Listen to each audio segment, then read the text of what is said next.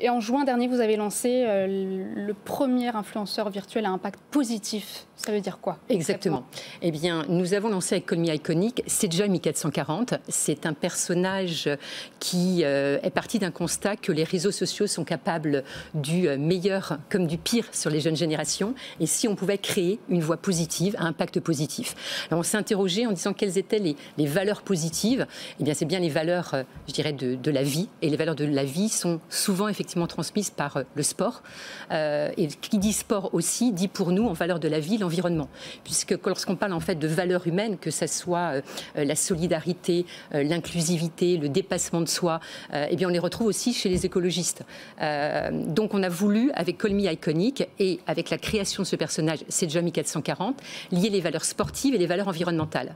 Donc on s'est associé à des sportifs qui n'ont pas forcément la parole sur les réseaux sociaux et qui peuvent justement s'adresser aux jeunes générations pour, je dirais, faire des histoires inspirantes, inspirer effectivement cette jeune génération.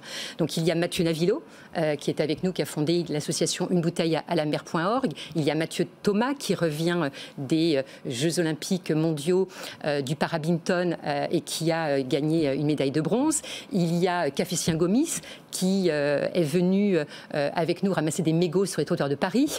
Il y a François Pervy qui va nous parler de comment il a transformé la ferme de ses parents, un élevage bovin en bambrouserais. Voilà, ce sont toutes ces personnalités que l'on met, à qui on donne une voix à travers Sejoy 1440. Qu'est-ce que vous en pensez, vous? Un influenceur virtuel qui peut changer l'humanité, Jean-Marc? Oui, moi je trouve ça formidable. À la nuance près, on en parlait, c'est que ça ne fasse pas concurrence avec l'humain. C'est-à-dire qu'il va falloir toujours être très vigilant.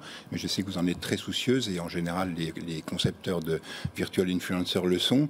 Mais pour un Gen Z, par exemple, qui sont une cible un peu particulière, un peu privilégiée, on va dire, il faudra être vigilant là-dessus. Par contre, un ambassadeur de cause, comme vous le dites pour le sport, je trouve formidable parce qu'effectivement, ça incarne une cause, pas forcément par une personne, mais c'est un relais, on va dire, intermédiaire qui me semble tout à fait intéressant.